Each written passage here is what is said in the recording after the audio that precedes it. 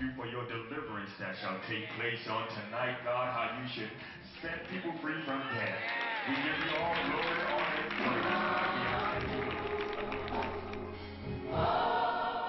A church in Norfolk, Virginia holds debt revivals. Individuals with large debts are selected, and then donations from parishioners pay off those debts. The church members then destroy their credit cards. It's kind of hard to serve the Master and MasterCard. And so we've chosen to get rid of those cards to line our lives up with the Bible. Our debt liquidation program actually takes our members, pays off all of their debts except for their house and their cars.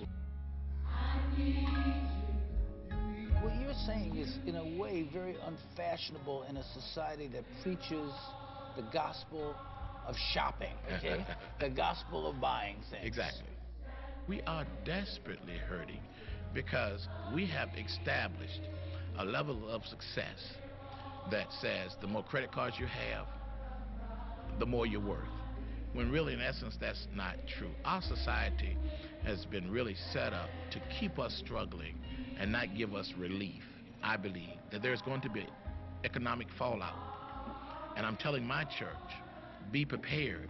What goes up has to come down.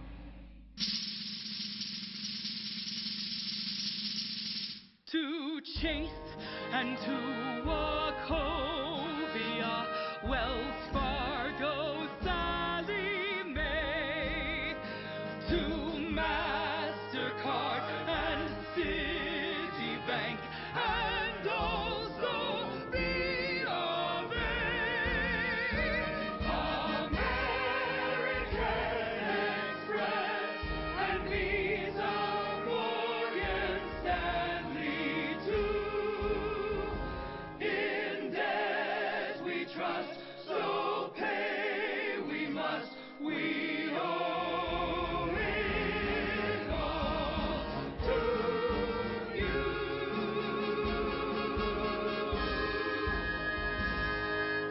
I pledge allegiance to the card of the United States of Credit, one nation under debt, with bankruptcies, late fees, and high interest for all. Credit. We can't live without it, and many of us can't live with it. In fact, right now, the United States of America and its people are kept alive by all the money we borrow. It's been called the democratization of credit, but for many, it leads to the democratization of dependency. Just look at all the ads on TV selling us more ways to take out loans. Behind our formal institutions, and more powerful than our politicians, is a hidden financial complex driving what the country's leading academic expert on the issue, Robert Manning, dubs our credit card nation. We're seeing people who are dependent on credit. We're seeing them trying to struggle and make their minimum payments, where their ability to pursue the American dream is how much credit the bank is going to offer them. Hey, it's only money. Other people's money, or what we call OPM. We're all living beyond our means. We're all living on credit. We're all living with debt, and it's growing every single day. The national savings rate is now 0. Americans spend more than we earn. It's never been like that before. And I have to deal with it also. I have mortgages. I have credit cards. I have all kinds of other loans. Meanwhile, my savings account is shrinking away. I started to make this film about other people's problems, and I realized it was about me too. I'm facing a credit squeeze that is as personal as it is political. The question, can we even live without credit cards? At some point in your life, you need them. You need them to rent cars, you need them to rent hotel rooms. They provide a valuable service. Look at me, man. Stop sending me credit card letters, man. I don't want any more credit cards. I already have bad credit.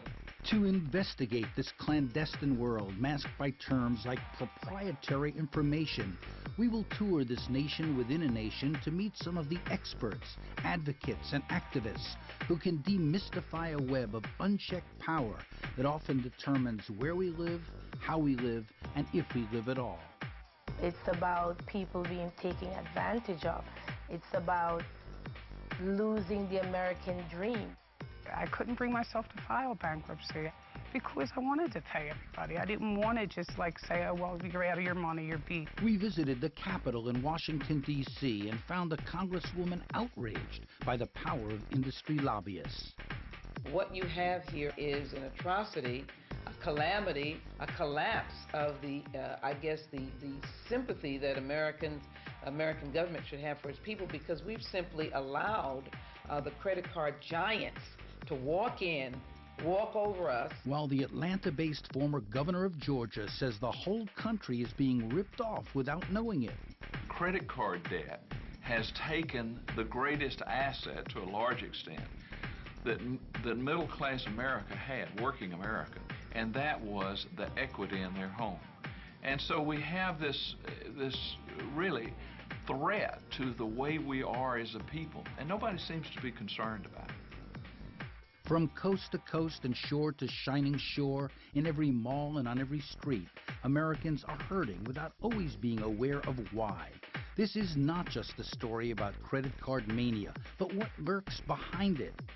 What former Reagan advisor Kevin Phillips calls financialization, a powerful credit industrial complex deliberately engineered by excessive debt. Let's spend a few minutes with a certain individual we'll call Mr. Money. The idea of credit used to be so simple. Hello, I'm Mr. Money. People can't seem to get along without me as cash or credit. What does credit mean to you? Gosh, I don't know. Buy now and pay later, I guess. Not bad.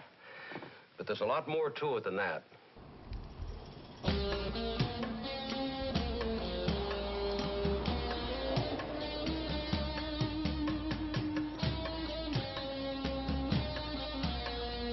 Today's our first day of freshman orientation.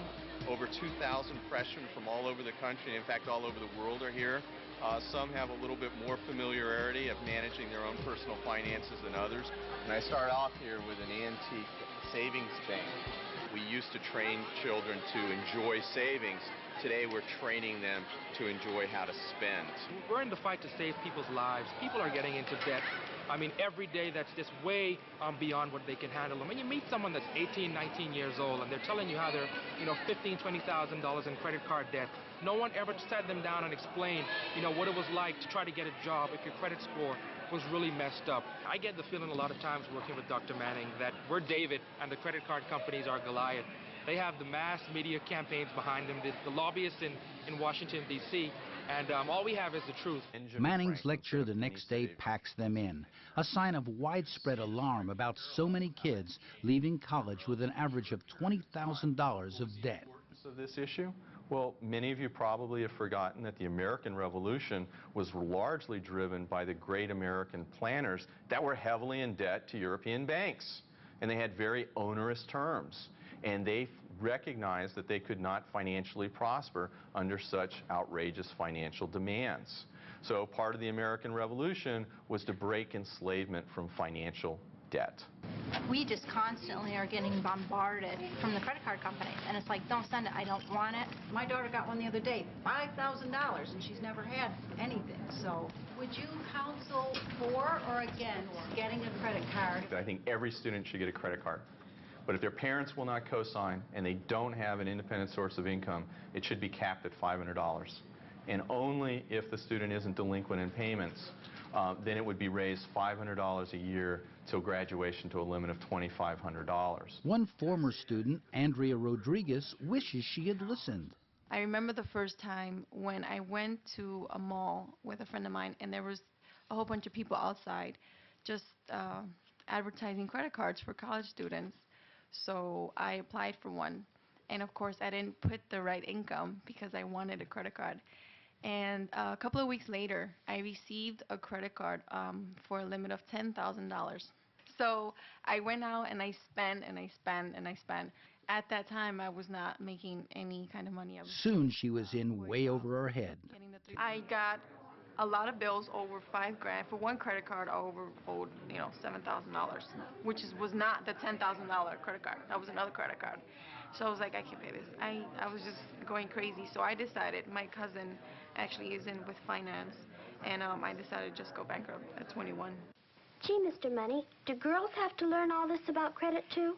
Well, Judy, women do most of the shopping when they get married, and very often spend most of the family income. And now let's see just how shopping can be fun. Real fun. This is a toy that's designed for children 3 years and up. The Barbie Register toy. And it actually gives you the exact sound of an acceptance of using a credit card when it processes it at the cash register. There's also Malibu Barbie, who comes with her own gold MasterCard. And there's Shopping Girl Barbie, where she has her own store to pick and choose with her credit card. While Manning was warning parents and students of the dangers of getting suckered, local banks were setting up tables to sign up new customers right outside his lecture room. Don't need anything for deposit. They're giving out free backpacks. Okay. They get 0% on the purchases for 6 months, and then it goes to standard interest rate. On students, we usually give a line of somewhere between $300 and $500. What's the interest rate, or how much does it cost to? I don't know the interest rate offhand, sorry. Okay. Manning knows he's fighting an uphill battle against a culture that thrives on consumption. Just need your signature. Right here, please. The key for the banks is to get them dependent upon consumer credit, shape their attitudes towards savings, consumption, and debt, and to then multiply the number of financial products that they're buying from that particular bank. So the credit card will lead to the student loan, to the car loan, eventually to a home mortgage, and then maybe some insurance products and investment opportunities. And it's free while they're a student. Young people today that see credit as a social entitlement have no understanding of what it's going to entail to repay those loans back. Once they're used to living on borrowed money, then the banks realize that they'll be following that pattern possibly for the rest of their lives. The pressure on students is intensifying. The cost of student loans is up thanks to the manipulation of interest rates. A lower fixed rate has been replaced by a higher variable rate. That means $5,800 more on average for students to pay off their debts. I am so broke. I was so broke. So broke. Have you had to roll change to pay for something recently? Yes, see, you know, yeah, right now. No wonder campuses are welcoming presentations like this one by James Cunningham called Funny Money, teaching financial literacy to students. A student in Pennsylvania robbed a bank for cash to pay his debts. Other students have committed suicide. What they find themselves in is in such a high level of debt that they can't possibly pursue the kinds of careers that they anticipated. This level of debt really is going to define their future, and is going to have a significant long-term impact on American society, where students can't go into the streets. They're not going to be able to demand social change, because not only do they have a student loan debt to pay, but they've got credit card debts as well before they're even 22 years old. I wish if I could go back and start over, I would have never touched credit cards. I tell my little brothers and sisters, whatever you do not get a credit card if you can help it. My name is Amelia Martin. I'm 27 years old. I'm from North Carolina.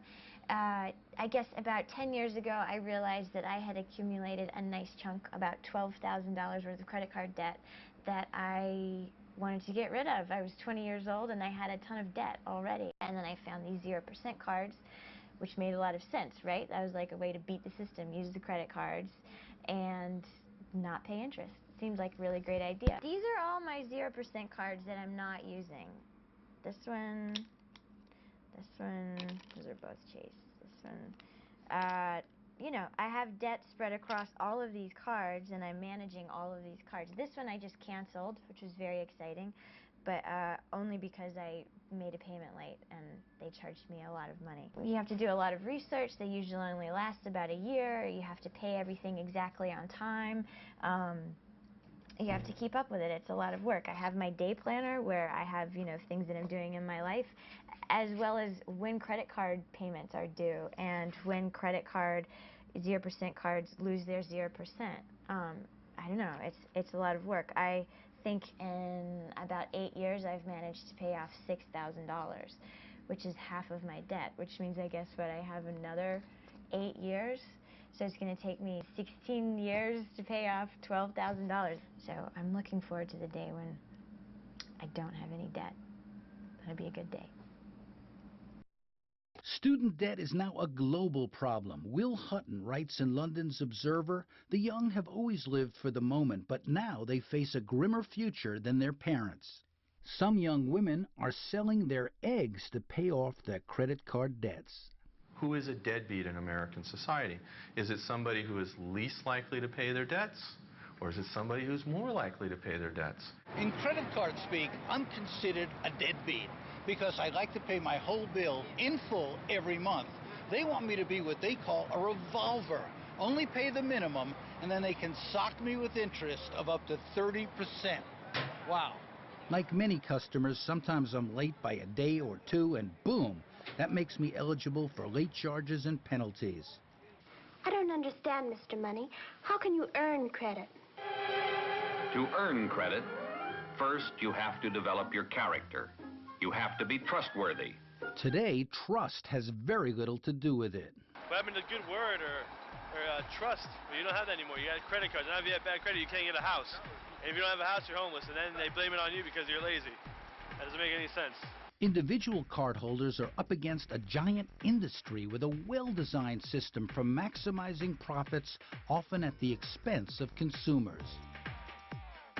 They wouldn't give it to you for free if it was free money. Never. Never. Got free money, but you have to pay. Got free money, but you have to pay. From the sea to the shining sea. Got free money, but you have to pay. Signing up for bankruptcy. Got free money, but you have to pay. Everyone's a cardhead, blind like a crackhead. They send it in the mail, soon your house is for sale. MasterCard, Visa, pushing to squeeze. You're pre-approved by Amex for credit, Scamex.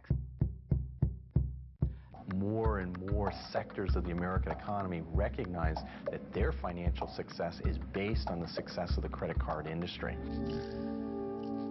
This is Wilmington, Delaware. There's a bank on every corner. Behind me, the headquarters of MBNA. It's a state known for its favorable business climate, for its low taxes, and for its politicians who will do the bidding of the credit card companies.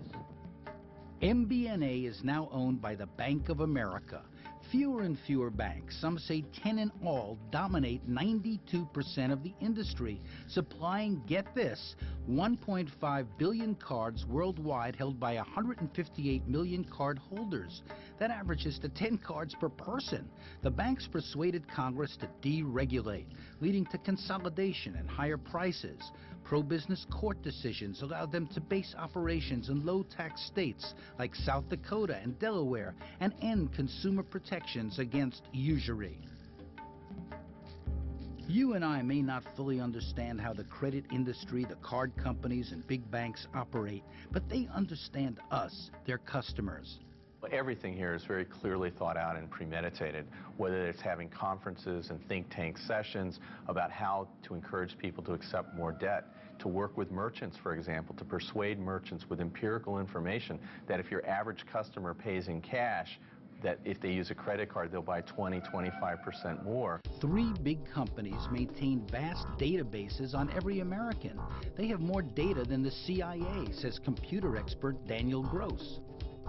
The credit card system as a whole is a huge threat to our freedom. But the really great threat isn't so much these corporations as our nonchalance in the face of the power they have over us. It's our indifference, our negligence, our ignorance that gives them their power and that makes them dangerous to us. Gross showed us how these companies present themselves. This is the homepage of the Experian website. Notice how it has all the friendly colors and it's very inviting. Happy mom, happy kid, very friendly, non-threatening, and that's the way they want you to feel about the multi-million-dollar business they have making money on your information. We hear a lot about identity fraud and credit card scams against individuals, but not about fines and lawsuits against unethical practices by credit card companies, including deceptive advertising and improper fees. These credit bureau practices were riddled with abuses too. They've now simplified their products and the way they determine credit scores. Credit score is a number that is calculated differently by each credit reporting agency using a proprietary formula. Proprietary is another word for secret, which is how much of the industry operates. It decides on your credit worthiness and can often unilaterally change the agreement it has with you even after you've signed it. I don't bother reading most of the things I sign when I get them from my credit card company. You're a lawyer. Most people have difficulty understanding the amount of paper that your credit card company assaults you with. Multiple pages. The pages are at least 15 in number. The print is very small. And again, this is an example of drafting by a risk-minimizing lawyer. What the big banks and credit card companies understand that most of us don't is that our society has changed fundamentally. Consumer credit drives our economy, but where is it driving us to? Everyone is scrambling to pay their bills. In many states, you can take out a loan using your car title as collateral. We followed these two guys into a title loan store in Delaware. Well, we went in to get a title loan on Eric Penner's automobile here. The book value of this car is probably about $9,000.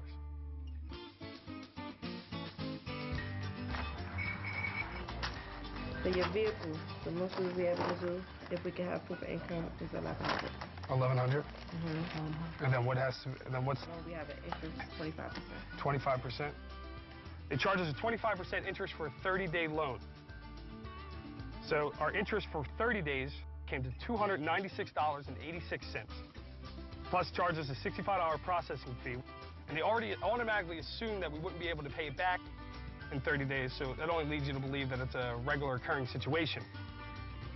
After 60 days, we will be charged an extra 25% on the loan, and then they charge you interest on the interest.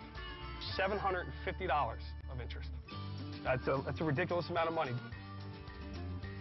You lose a car worth $9,000 for not paying back $1,850 in 60 days. That's the decision you have to make. And so many Americans find themselves in our current economy in a situation where they need to make these decisions and they need to borrow their money. Hi, Mom. Hey. Hey, Gracie. My name's Michelle Best. I'm 32. This is my husband, Marcel, and this is our command central. We have 2 kids, 1 job, and a lot of debt. Basically, we started out trying with the best of intentions, trying to keep our monthly bills low, and we got this American Express card. We had $15,000 in the bank. Both of us were working, and then... I was completely against the credit card thing from the first. Well, then you quickly... Well, to me, like, you know, just credit cards, you want something, you save the money, you buy it. Because you know what happens at the end here. You pay them extra money. But then when you go from 2 kids...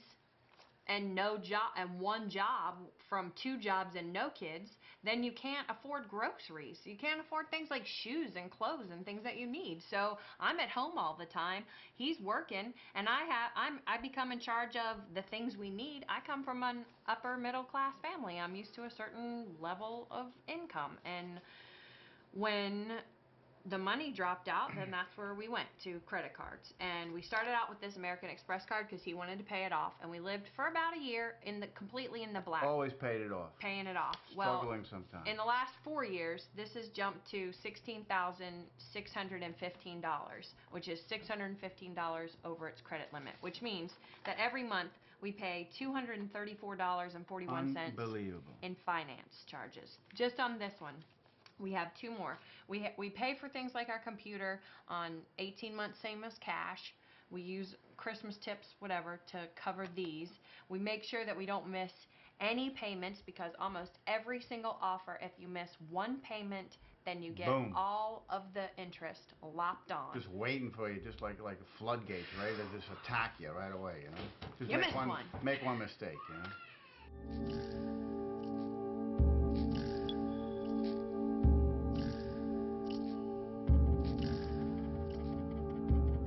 In 2005, the top 10 credit card companies spent over $2 billion on advertising and marketing. You get, these are the offers that we got this week. The DMV's in on it because now I can pay Most for... of these don't even make it up the stairs because I ripped them up and throw them directly into the trash, which they're getting recycling. very clever with. They make it so difficult to rip these things up right away. They're I really swear to God, heavy. I don't know what they do to them now, but you can't just rip them. So you got to go like, you know, This do is different ways. Important information for Marcel's finances from the company who just gave me my last card. And also my dog at home, Guinness Best, he gets pre-approved for credit cards through my family's Just house. wanted to see if it would happen. Your dog? My it dog. happened. It happened. Guinness Best, who's since died, but He's very still, poor, no pun intended. but he still does get pre-approved credit cards in the mail, even having been deceased for a year. My deceased yellow lab, Guinness. I asked Steve Barnett, who worked on advertising for Citibank's credit card division, about the way the companies market credit cards. American Express discovered that a major problem that they had was that their credit card customer was getting older and older. They were not attracting younger people. And so they decided to make a card that would appeal to younger people, the Blue Card. And in fact, it was successful. Look at the MasterCard ads. Program in the first, $4. You'll see a MasterCard ad that shows a family going to a baseball game and paying for the hot dogs and the tickets and you know, all this costs a certain amount of money and you can do it with MasterCard. But what is the real meaning of the evening? It's the family together, and it is priceless. Now, think about that advertisement. This is an advertisement urging spending. And the trick in the advertisement, which is oh so clever, is to say the point of this all is it's priceless. It's really not concerned about money. It's concerned about you as an intact, wonderful, caring family. You know, you as an intact, wonderful, caring family can go to some park and play softball with your kids too. You don't have to spend, you know, $180 to go to a ball game. Bankruptcy lawyer Charles Juntica. People act on those commercials. Those commercials have real influence. They are done scientifically to get into your unconscious mind. The priceless campaign, which you see in many of the MasterCard ads, is brilliant because what they're saying is this credit card, this is not a way to get you in debt. This is not a way to cause you to overspend. This is a way to reinforce your values, your deepest beliefs. Their identity is based on their credit cards. Even the color of the plastic that they use now identifies them within a rank order of the credit card nation. Gold, silver, platinum, titanium. Everybody's identity now is what their transaction, whether it goes through, whether it's been accepted, whether it's been rejected. The card itself says something about who you are. So that if now you're a senior executive and you're taking out an American Express green card, there's a perceived disjunction between who you are and what that card is. And the credit card issuer says, wow, that's wonderful. I can issue a platinum card. Well, then the platinum card becomes too widespread. I can issue a black card. The black card is the extraordinary, super elite card of American Express for people who charge approximately $300,000 a year. Need a pricey watch or an exclusive hotel? American Express even publishes this glossy magazine just for wealthy cardholders. It's chock full of high-priced luxury products. And you can literally have a helicopter and have a private shopping spree in Macy's with your personal shopper. And of course, you never have to check and see what the total bill is. It'll all be itemized for you for American Express. P.S. The more fancy and elite a credit card is, the more money is made from that credit card. After years of getting unwanted, unsolicited credit card solicitations in my mailbox at home, I come to the office and what happens? I'm being spammed to death with more solicitations in my inbox on email. Less than perfect credit will match you with the right lender. Unsecured Gold MasterCard credit card. It just doesn't stop. And where are the commercials that say, don't use credit cards? If you use a credit card, pay it off in 30 days, or else you'll pay outlandish interest. Where are those commercials? They don't exist. Something like this? Making priceless commercials. Tens of millions.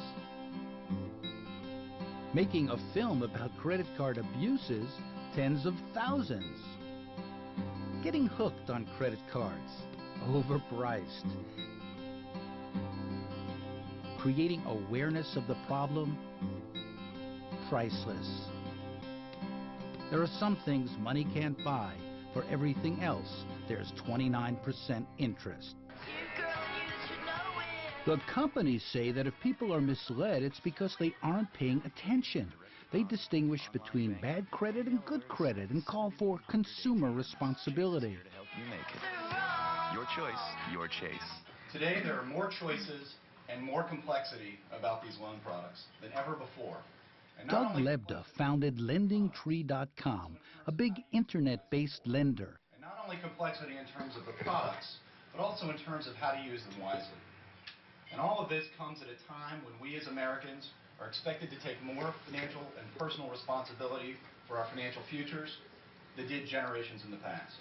Doug is right. Consumers are confused, but the companies thrive on that confusion too. The focus seems to be on individual responsibility. What is the responsibility of the industry here? This is an incredibly complex world that we're living in with very, very complex products, and obviously the stakes are extremely high. I think it's important that consumers stay very informed in that process, and we as LendingTree, as well as the industry in general, I think can do a very good job in helping to educate and helping to inform and making sure that consumers get the right answers. Bullshit. Did the banks say the same thing about mortgages? Did they say, we'll give anybody a mortgage? No, they have pretty strict restrictions and criteria by which they determine a mortgage. But that's what they say. Any institution that lends you money is obligated to define the conditions under which they're lending you money, which are commensurate with your ability to pay. Isn't that their responsibility? Don't they have a responsibility? Who's the they? The banks. Of course they do. Of course they do.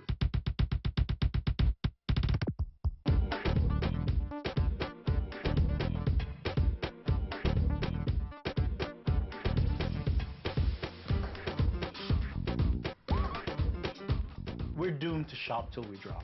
Two-thirds of our economy is based on consumption, which leads to a rather petrifying paradox. If we cut back on consumption, which obviously is good for the environment, it's good for a number of things, the U.S. economy collapses. In a sense, we've built an economy that needs rampant consumerism as a fuel just to keep the engine going. I know I'm not the only one dealing with this because I spend a lot of my time at the park. I call it the office because that's where I live basically and work. And all of the moms that I know talk about this. This is part of our coping mechanism is being able to complain to each other about how this is really affecting our lives. Tops on the conversation list is always our financial situation. You pay the minimum every month. You don't get ahead on anything. You do shuffle. We have an American Express that you have to pay off every month, so that gets shifted. We just shifted like $2,000 onto a Discover card that has the most ridiculous interest. And so that's got like $5 grand on it now. I just feel like everyone is kind of living above their means or struggling to get kind of what people could have years ago, like a house and a car. We're so used to spending beyond what we actually have that the possibility that we could end up with nothing just doesn't seem real, because when we don't have anything, we just charge it. I mean, anything can happen if people are spending fake money, getting into debt up to their eyeballs. I mean, anything can happen. It's always Christmas time for Visa. MasterCard gets presents every day.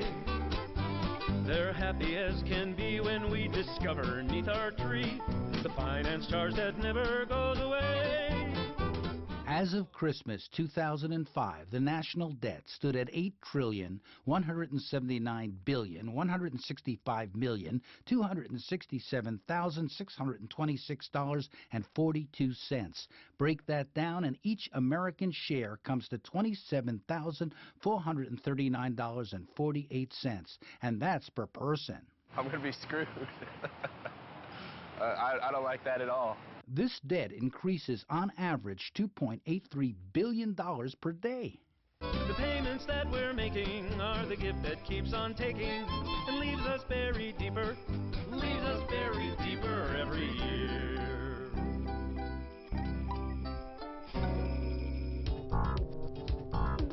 As the national debt threatens to rise to $10 trillion, a new national debt clock is being built.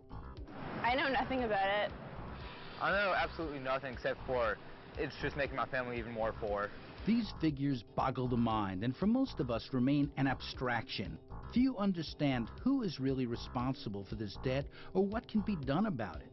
I know the figure behind me is what each family or each person in the family owes. I don't even make that kind of money. That's crazy. I'll never be able to pay it off in my life, okay? I don't know whether that's a graphic enough demonstration for a country that has the biggest deficit in its history, which, as I say, is bad for America, bad for the whole world. It is as if there are no limits on how much money the country and its people can borrow. The irony, capitalist America is in debt to communist China to the tune of over $200 billion, the largest amount owed to any country. They're never going to be repaid. Economic historian Michael Hudson, who worked for the Chase Bank, says the debt will never be paid back. Adam Smith said that no government had ever repaid its debts, and the same could be said of the private sector. The U.S. government does not intend to repay its trillion-dollar debt to foreign central banks, and even if it did intend to, there's no way in which it could.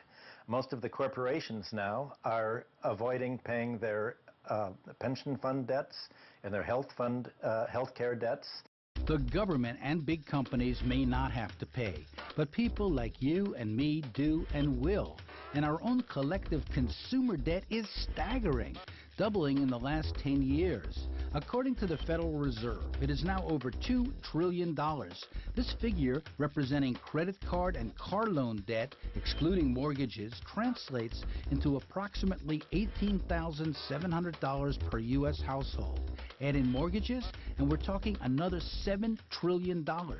Borrowing now, paying later has become our way of life. Shirley, and I'm calling from Card Service. We're in the office today to 10 p.m. Central Time, and it's urgent you return the call today. Collecting debts today is a growing business, with an army of companies out to pressure you and then sue you when you don't pay off. Even when annoying, these calls seem to be an improvement over the days when a loan shark might break your kneecaps if you didn't pay up on time. There'll be another envelope, same amount, tomorrow night. A lawyer who prosecuted loan sharks knows how it works. Lou Cherico. The loan is enforced by threat, by violence, but in almost no cases does the violence escalate to an actual killing of the victim. Because if the victim is killed, the loan is gone. So if you want to use the term an administrative beating could be given, a beating enough to make the victim feel threatened, be harmed, but not sufficiently bad so that the victim can't function to get the money to pay the loan shark. That's the way the system works. These loans are very expensive, but often the only funds small businesses can get. The guy who has the bodega in the South Bronx, he's got to pay for his vegetables every day. He has a couple of bad weeks.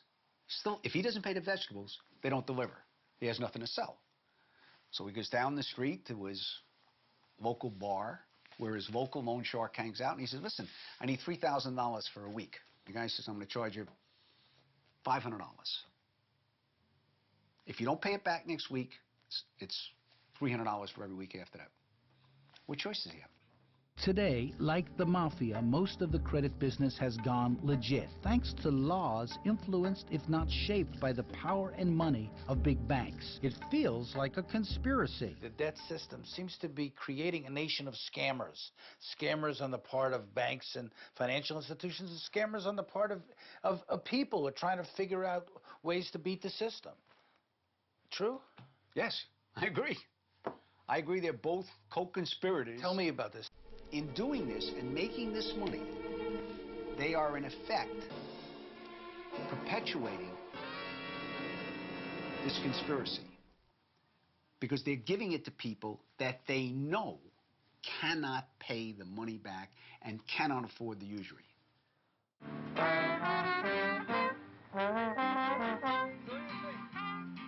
In front of a bank, musicians play Shop Around, an old song with a new relevance. Everybody seems to be in debt. Everybody seems to be behind in their bills. I am myself. Why is that, do you think? Well, taxes are sky high. Everything's going up, and we're not making any more money in our work. I mean, it's not coinciding with the rate of things going up. But the government says we've never had it better. Government don't know what they're talking about. What's that? They don't live out in the streets yet.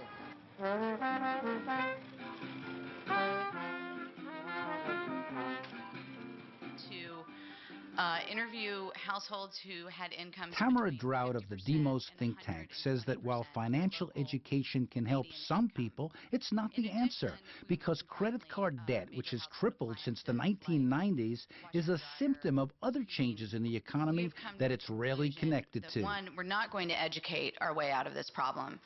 Financial education is wonderful, and we need to do more of it, but what's driving a lot of the debt among these households is not a lack of budgeting or a lack of financial savvy.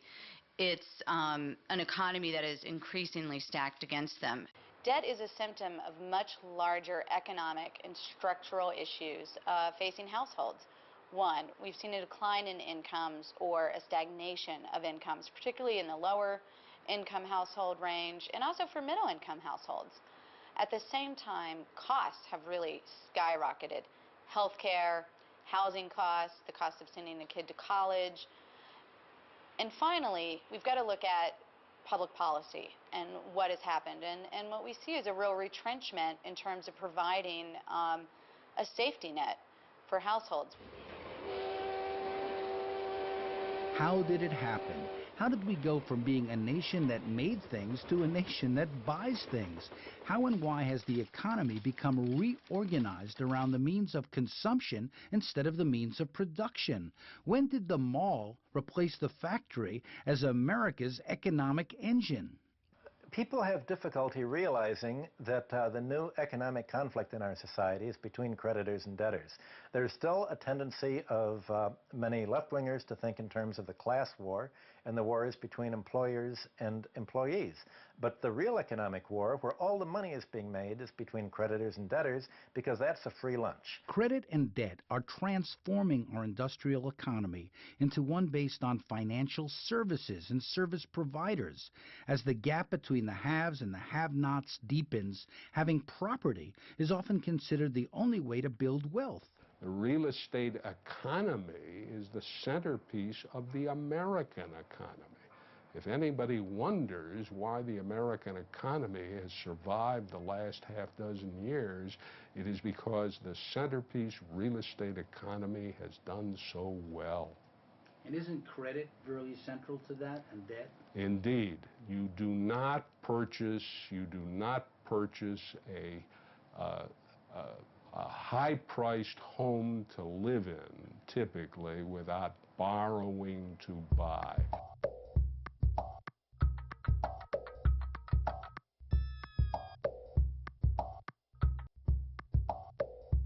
But a 2006 HSBC report found that the biggest rise in housing values is taking place in what they call a bubble zone, with housing overvalued by as much as 40%, creating an illusion of trillions of dollars of inflated wealth.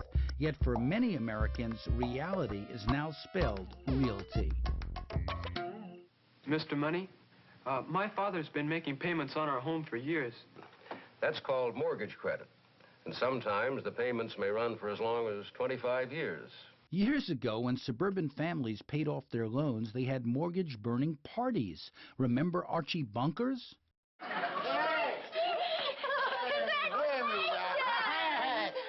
here it is, the bunker mortgage. The Declaration of Independence for us. From now on, we own a whole joint. Is it 20 years? Yeah. Oh, Today, most families will never pay off their mortgages because of constant refinancing. As Napoleon said to Waterloo, this is this. Okay. Now, Remember when we called our homes our castles? That's a metaphor that goes back to the days of feudalism when the lords owned the land and the serfs did the work. And a historian of debt says that what went around then is coming back now. The price of getting a home in America is to enter into a lifetime of debt servitude. In a sense, have we become serfs? You know, are working people... We've become mobile serfs in America. The families are tied to the debts, and no matter where they choose to live, they have serfdom with a free choice. And the free choice is just where you want to live and what bank you want to borrow the money from. This is truly serfdom of the 21st century, where for many millions of people there is no hope in sight. Is reaching into medieval times going too far? Not to Congresswoman Sheila Jackson Lee, who has been crusading on these issues. Feudal lords reigned, and I believe that if we don't take an SOS moment, like the stop sign at the end of the block, we're going to, if you will, throw throngs, thousands, millions of Americans into a debt that they'll never reach out of. And we also will change the whole fabric of society. It will not be the haves and have-nots. It'll be the giants and the little people. Historically, there were debtors' prisons. Now, for many, our homes have become our prisons. It's there we try to figure out how to make ends meet and keep a roof over our heads. We don't lock people up anymore, but we certainly keep them trapped at the mercy of a very powerful lending industry. We've set up a system where people are cashing out equity in their homes, which for the majority of Americans is their primary source of wealth. They're using that to chase down better interest rates because they're being ripped off by a credit card industry. We've really left people with nowhere to turn for help. Officials in the know take these parallels literally. If there's a truth-telling hero in Washington on this issue, it's this man, David Walker, our Comptroller General, who audits all federal budgets. He's been called Dr. Gloom for comparing the USA Today to ancient Rome before its decline. In a 2005 report to Congress, this high-level official warns, continuing on this unsustainable path will gradually erode, if not suddenly damage our economy, our standard of living, and ultimately our national security. The financial analysts behind this new book on debt say an epic financial crisis is coming. In the 1920s, one of the things that brought about the Depression, among others, was this exuberance, this foolishness in the investment of speculative stocks. Listen, I think the next great economic crisis in this nation is going to be brought about by the debt load and the high rates of interest that are charged from it. It is shocking to me that intelligent people, educated people, have not taken time to think about this. We cannot sustain over an extended period of time these high levels of debt, particularly at high rates of interest. Because what will happen is that whenever it comes to an end, and there is an end to the amount of credit, in other words, when it gets so leveraged, it will create an economic crisis so deep that it'll threaten us as a nation. Republicans worry too. Reagan conservative Bruce Bartlett charges that the Bush administration bankrupted America. He fears a market crash when the housing bubble bursts. One of the scary things for me is that there's probably close to $1 trillion of approved credit that's sitting either in people's pockets or somewhere in their house. And what I mean by that is credit cards, no fee, that they have been issued that they're not using. Now, if the economy develops more difficulties and people have to take those cards out of their drawers or wherever they're keeping them, and they start to use them, that credit's already been approved. This is high risk, quite dangerous credit, but before somebody loses their home or has to take their kid out of school, they're going to burn through all the approved credit that exists. It is scary, and I think it could be the next bubble after the housing bubble.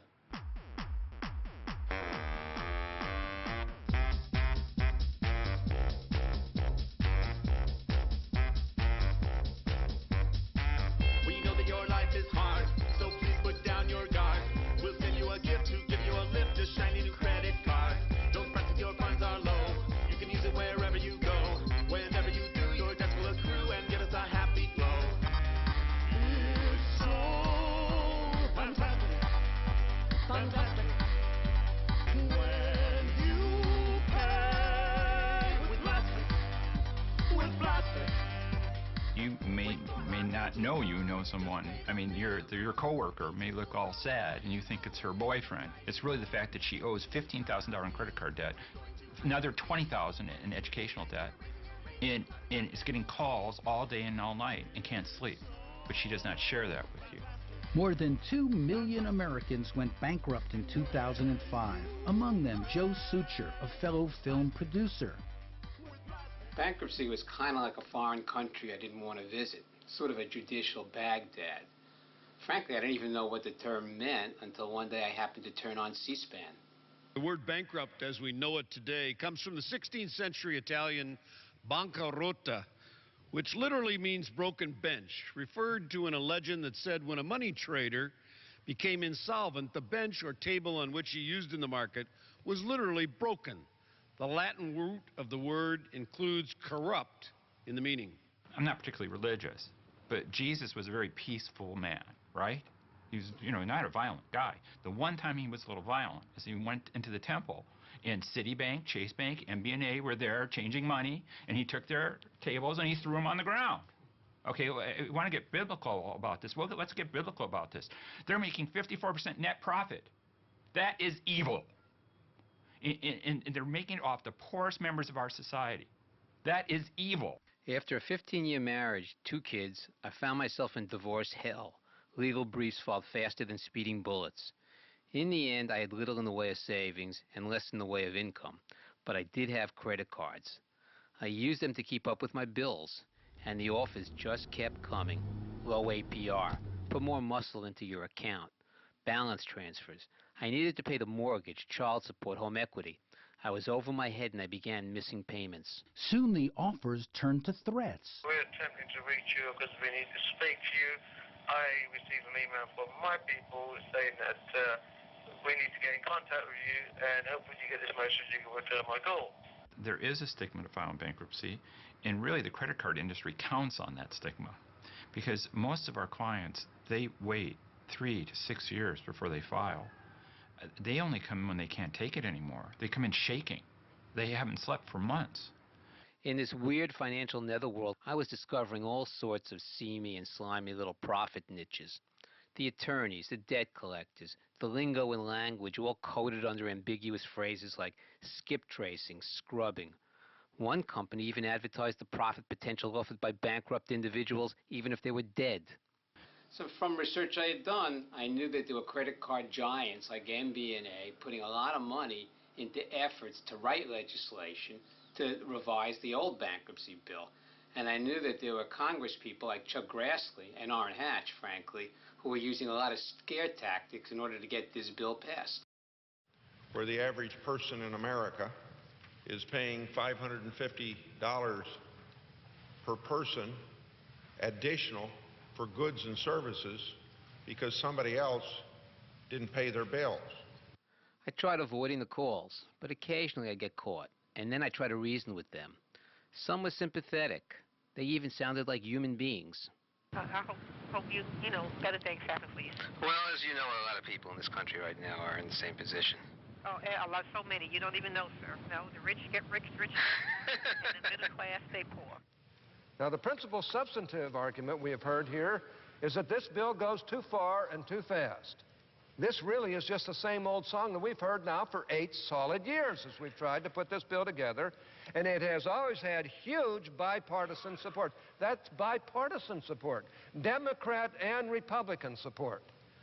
$5 billion. $5 billion to the credit card companies. That's what this bill is all about. Where do you think it comes from? People who have gone into bankruptcy. Who are those people? They are the people that have the heart attacks. They are the men and women whose jobs have been outsourced. They're the mothers, the single moms who aren't getting paid back on alimony and child care support. Those are the people that are being hurt. Kennedy won people's hearts, but the credit card industry won the vote.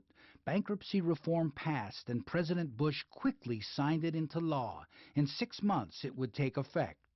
President Bush signed a sweeping revision of bankruptcy rules today. The new law makes it harder to erase debts by declaring personal bankruptcy. At today's ceremony, the president said it will cut down on fraud. Opponents have said it helps creditors at the expense of the poor. Do you think, in a worst-case scenario, could I lose the house? Joe found that the new bankruptcy bill limited his own options. Even in bankruptcy, they can still come after you. And when you think you've dealt with one pest, another pops up. Like that arcade game, Whack-A-Mole. Joe is still fighting to keep up his morale and also keep his home, which showed up on foreclosure.com. He's not alone. Having to declare bankruptcy is a very difficult situation. Lorene Bracco, who plays the therapist on the Sopranos TV show, went through a similar ordeal. You know, bankruptcy is very expensive. The attorney fees are a fortune. I blamed myself for getting myself in this situation. We think every actress or movie star or every rich person has no problems. And we're just like everybody else. If the bankruptcy laws become more difficult, you're going to find that the banks and the financial lenders all of a sudden will be saddled with assets, houses, whatever they can recover, that they really don't want, and they're going to have a lot of trouble disposing of. There has to be a reduction in the level of consumerism. As people essentially go under in various ways, that triggers a vicious cycle of even more economic collapse. Now you have almost the perfect storm.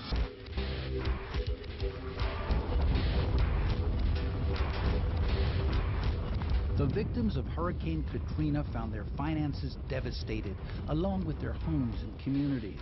The so-called bankruptcy reform bill passed just weeks earlier specifically ruled out floods as grounds for bankruptcy. 3 years ago, you might have been a homeowner in New Orleans. Your husband might have been working. You might have been working. Today, you've lost everything. The bankruptcy bill would, in essence, force you out of the bankruptcy courts because 2 years ago, you're well-to-do middle-class people.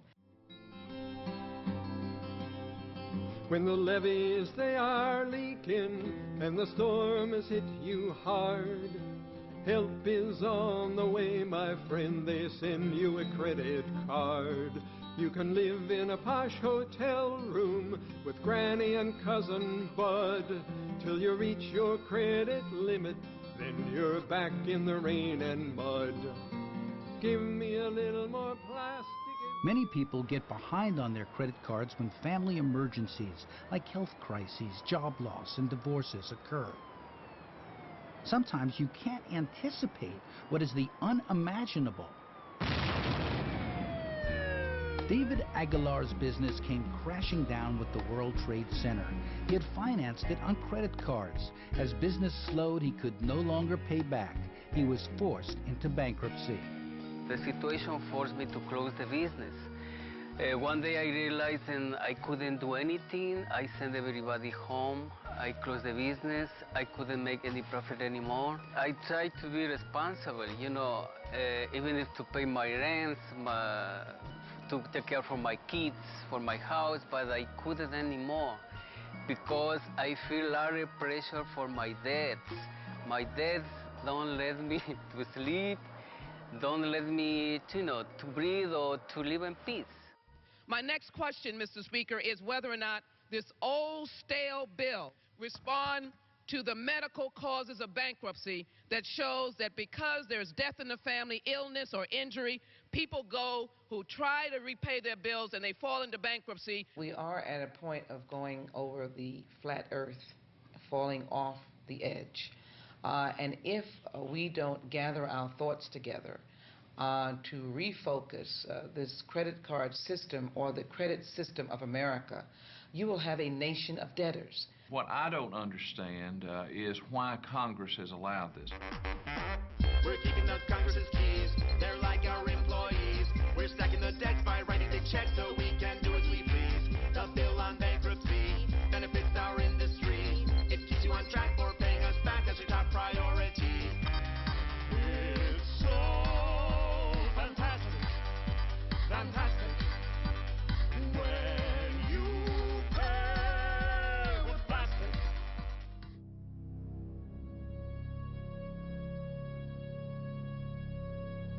The halls of Congress, quiet, clean, official. Here's where the people's business supposedly gets done. How does money dictate policy in Washington? Well, it's unfortunate, but obviously it buys media time. It also buys constant mail efforts.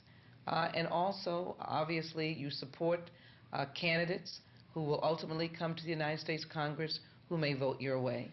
The largest contributors to political campaigns in America are the financial institutions.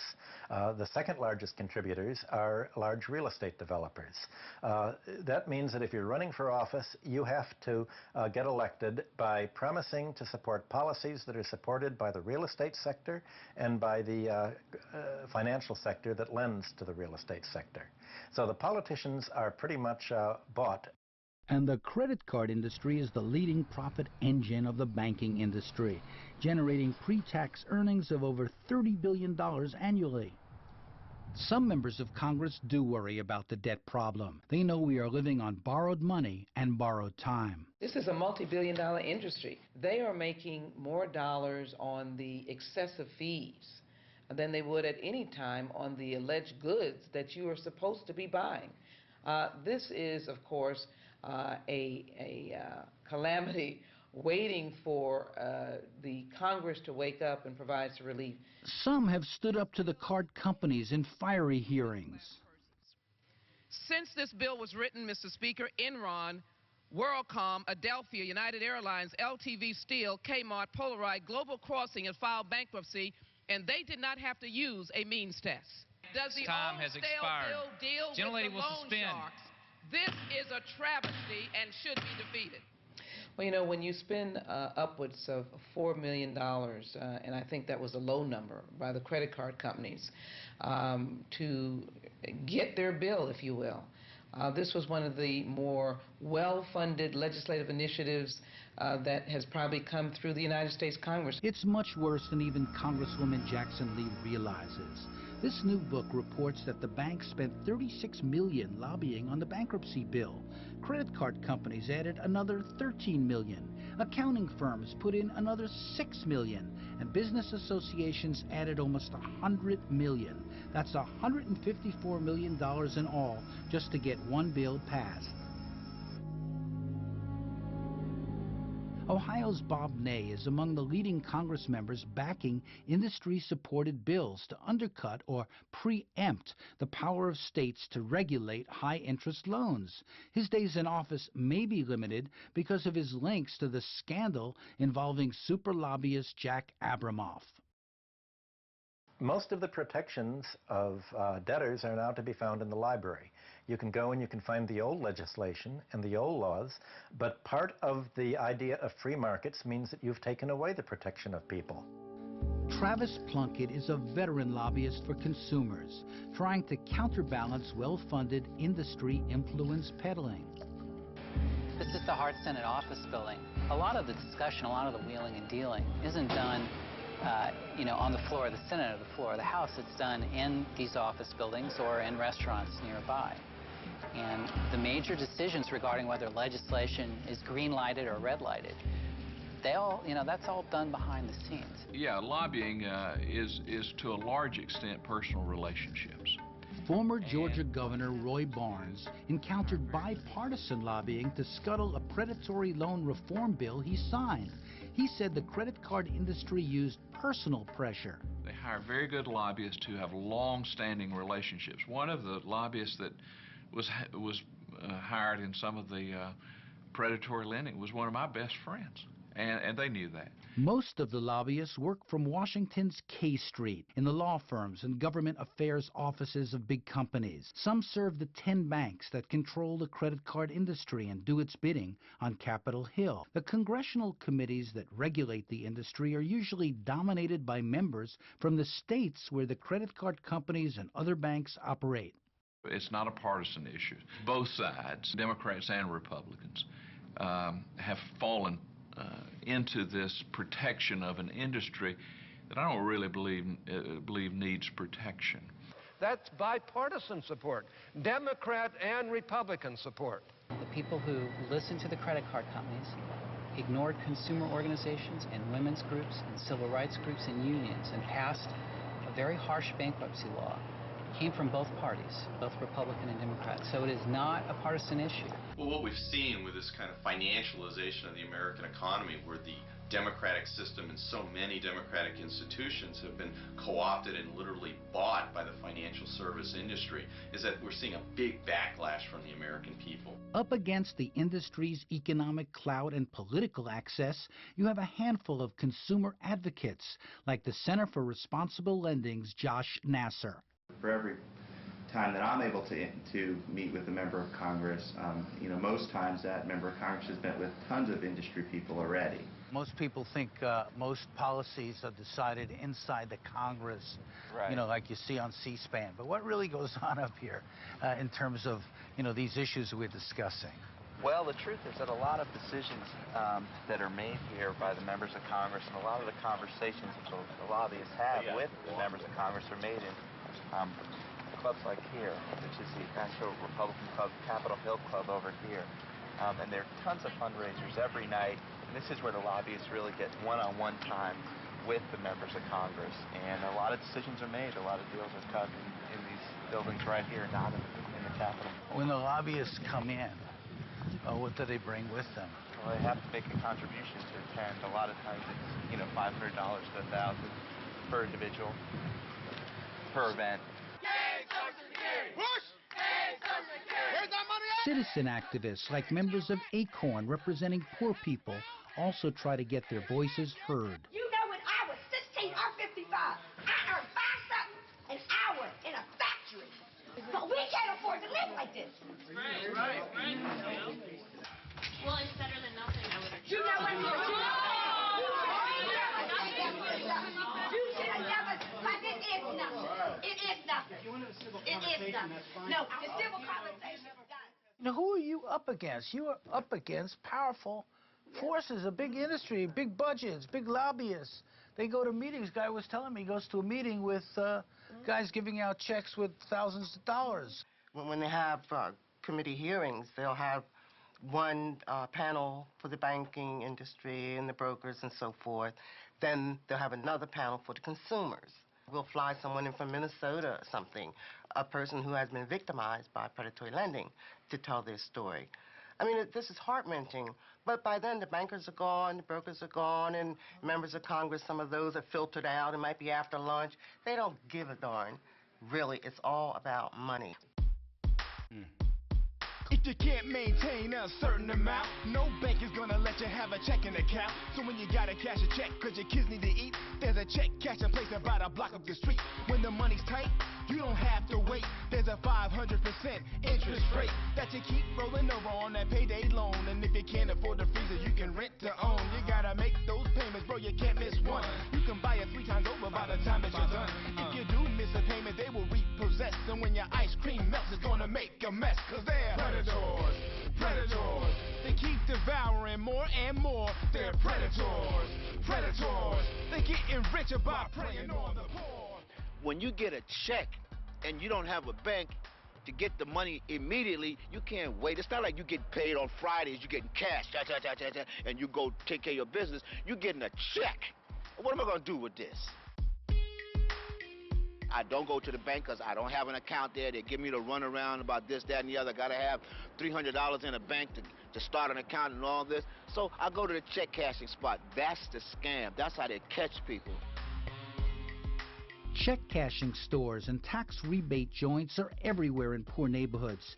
Traditional banks are not. We're in the center of Bedford-Stuyvesant, Brooklyn, which is one of the largest black communities in this country. You have signs all over the neighborhood that say, no credit, bad credit, no problem, come to us. Need fast cash, come to us. Sarah Ludwig works with a group that sees the credit crisis as an issue of economic justice.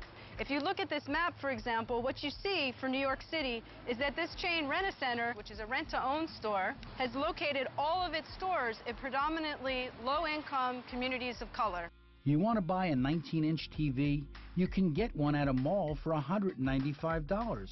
Renting to own it here will eventually cost you over $700, over 78 installments with an interest rate of 238%. What happened about 20 years ago is that bankers said they made a anthropological discovery, a breakthrough. They found out that the poor are honest. Almost the only people who believe that they should repay their debts are the poor people. And in fact, the less money you have, the more you believe that the debts should be paid. What this means is that even though the poorer you are, the higher the interest rate you pay, the poorer you are, the greater the likelihood the bank has that you're going to repay the debt.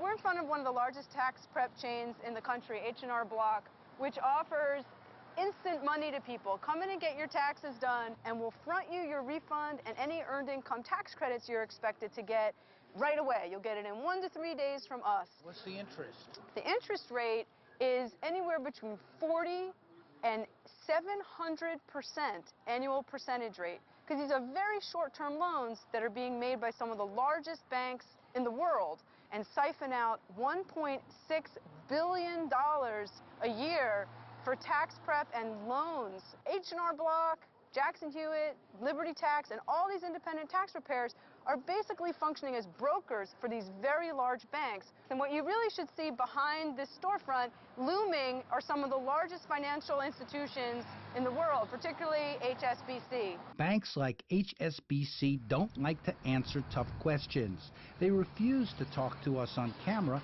even after one spokesman confirmed that the bank does finance rapid tax refund loans. He claimed the loans are not expensive and help consumers. Members of ACORN say that neighborhoods in Washington, D.C., a few miles from the Congress, are being devastated by mortgage scammers who engineer the gentrification of poor neighborhoods through what's called subprime lending.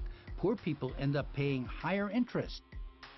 The real estate industry calls subprime their hottest segment. It's not about race and so forth anymore. It's more of a class separation in this country. And the very, very wealthy continue to thrive and survive. The rest of us are just trying to scratch and make it.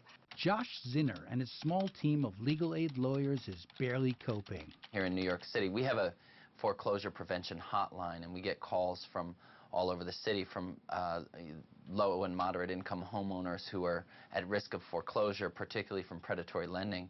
And we're just getting deluged these days. Foreclosure rates are very high.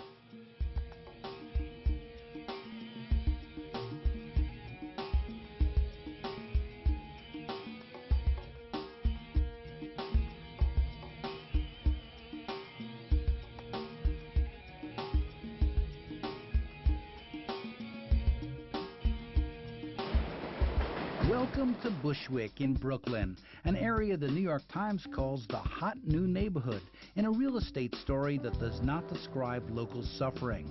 Rick Echevarria's community organization is fighting to help people stay in their homes. Debt is profitable. One of the questions that we're often asked is, well, Rick, how is it that a bank would lend $600,000 or $800,000 on a property that's only worth $300,000 or $400,000? I mean, what are they going to do if the mortgage borrower doesn't pay the mortgage? And we explained to them the first lender is selling the debt and being completely reimbursed. So there's no risk for them. They're selling these mortgages into the secondary market through Wall Street.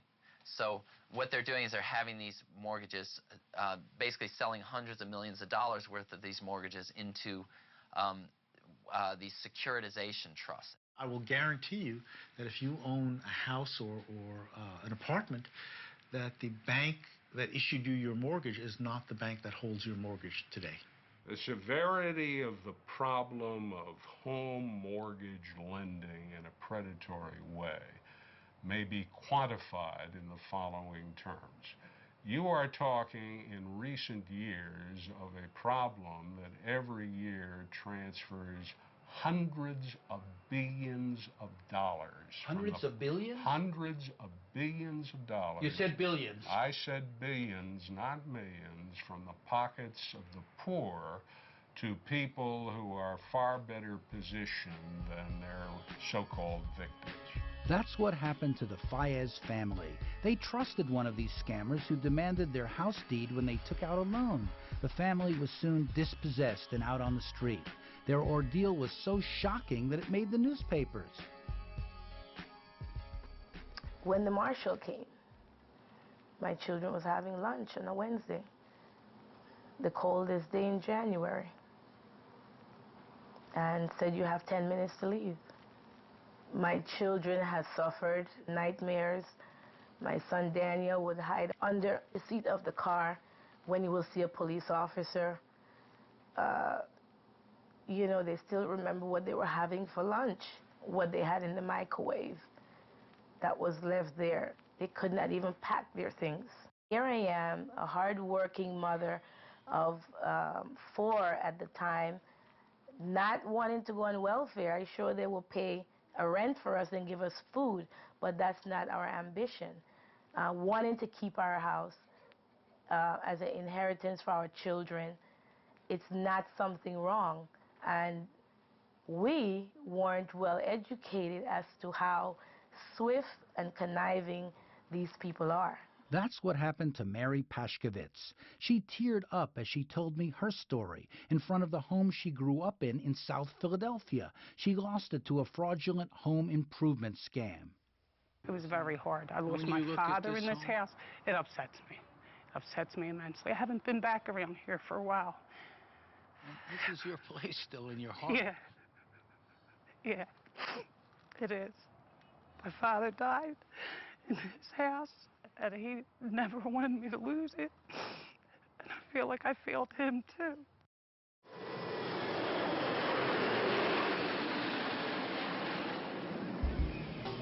The military, including soldiers just back from Iraq, are also being targeted. The New York Daily News reports more than 100,000 U.S. troops have been saddled with long-term debt in return for short-term cash from payday loan stores, charging interest rates that would make the mob blush. Poorly paid soldiers put up their paychecks as collateral to these high-interest short-term loans. Here in the Norfolk region is the largest naval station in the world. Plus you have the largest naval amphibious base in the world. And 3 years ago, there were 3 payday lenders in the area. As of yesterday, there are now 26. I know some guys that keep using it and using it and using it. And they don't know how to stop because it's money right there in their hand, right quick like. The money's more accessible in this area, so everybody just almost attacks one specific area until it dwindles, and then they just move to the next one. Counselors here at a Norfolk Navy base told us what they're confronting. In this office, we have a completely anonymous survey. It asks very specific questions about have you used a payday lender, and it goes on from there. We had 164 respondents recently, and the first question was, did you have to renew your loan to take out another one to pay the first one back? And out of that 164, 111 said yes, they did have to do that. The next question is, is, if so, how many times did you have to do that? And they range from, we only did it once, 13 people only did it once, to one person who had to roll over that loan 40 to 60 times. One person said, I hopefully will never do a payday loan again. One person said I was living off payday loans. One person said I had to feed my family. I had no choice. One person said it took almost a year to get out from under one loan. It was a trap. They are designed to force dependence. In the future of our country, waves of destructive forces will continue to batter against our foundation. When any force weakens the interlocked blocks of our political and economic freedoms, as good citizens, we must be quick to use the tools our Constitution gives us.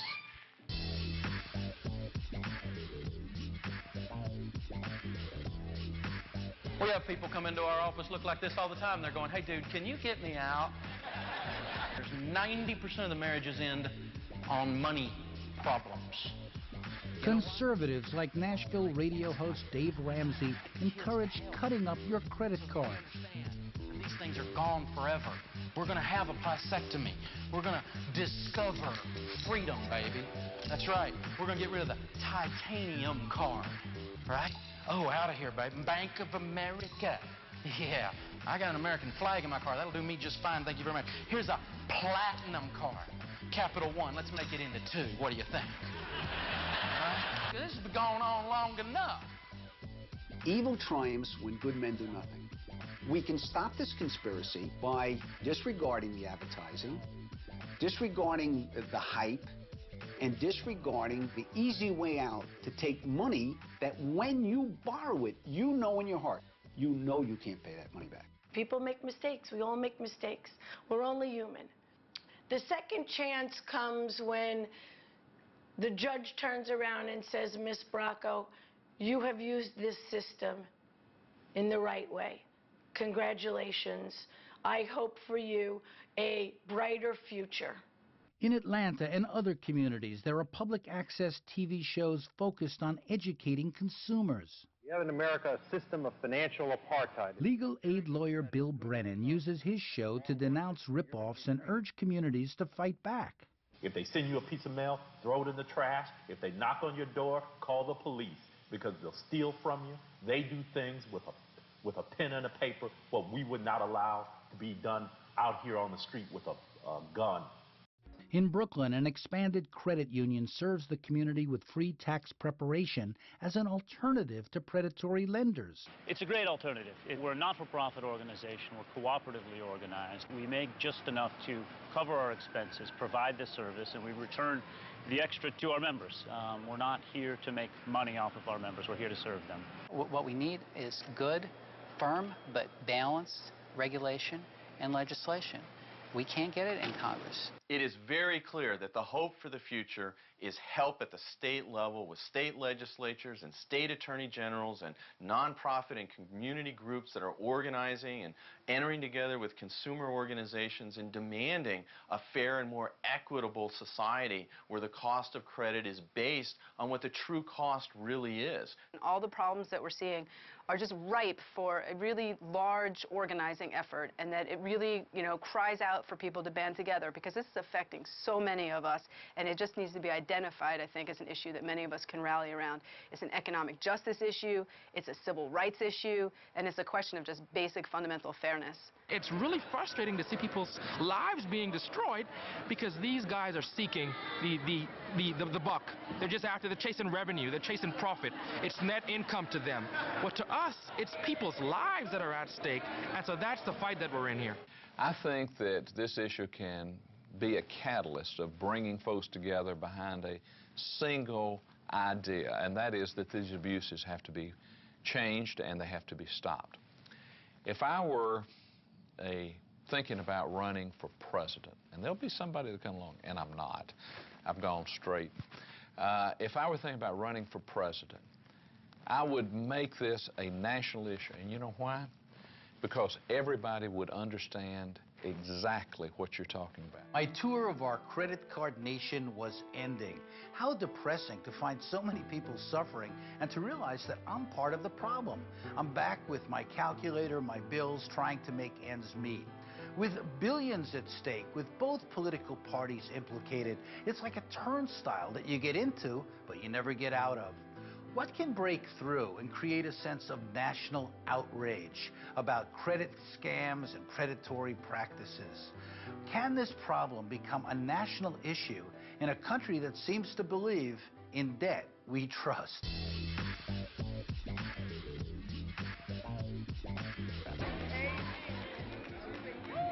Some household would be freed Yes. from the burden of debt. Yes. Many believe, like the parishioners of Norfolk's Mount Carmel Baptist Church, in the rhetoric of the Bush administration, that there may be a faith-based solution, an answer from on high. But these parishioners also know that the good Lord helps those who help themselves, and also works in mysterious ways. Some believe that it was divine intervention that caused the recent tragic helicopter accident in the skies over New York. It elicited seething anger, however insensitive, towards powerful credit card companies. An MBNA corporate helicopter down at about 4:40 p.m. today. All were rescued from the water by emergency services. 6 top credit card executives from MBNA, then the largest card company in the country, nearly drowned when their company chopper plunged into the East River near the United Nations. MBNA is the most notorious loan shark credit company in the country. And when their helicopter crashed into the East River with half a dozen senior executives, I mean, it was hard for people like me who've seen the suffering those guys have created not to think this was some sort of biblical retribution. Wilmington, Delaware, that's where the helicopter was heading. I don't wish that on people, but when you've seen the suffering I've had over the last 20 years, part of me felt sorry, but part of me had to feel that maybe there is a God.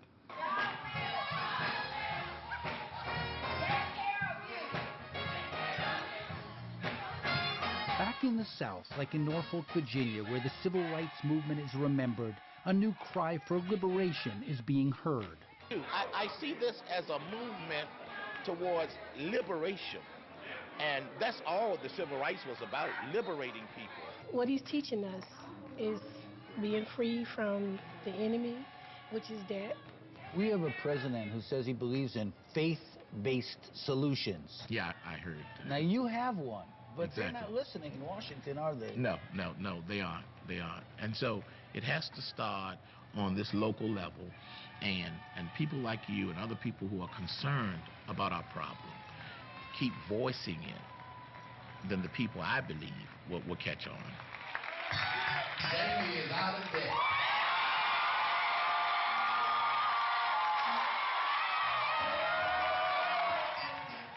Pay cash. Get rid of your credit cards.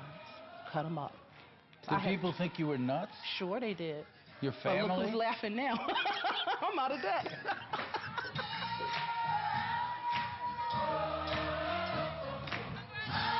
In the end, it will take a coming together of all segments of the American people, poor and middle class, white and black, left and right, to press the politicians and the financial institutions for liberation from debt before the bubble bursts. In debt we do trust. Hell yeah. In debt we trust, you better not trust long.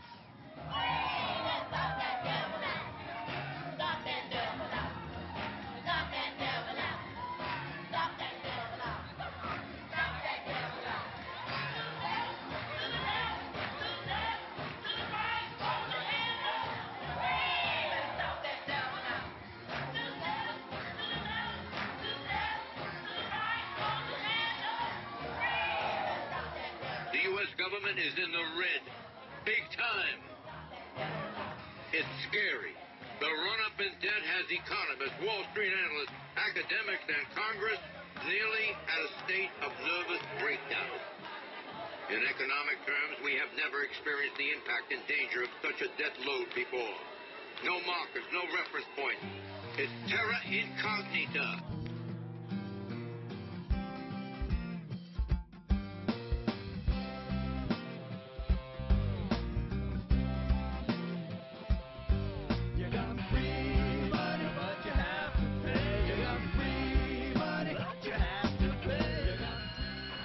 Our time's up already, Mr. Money. To benefit from the many credit services available throughout the country, every consumer should understand the wise use of credit.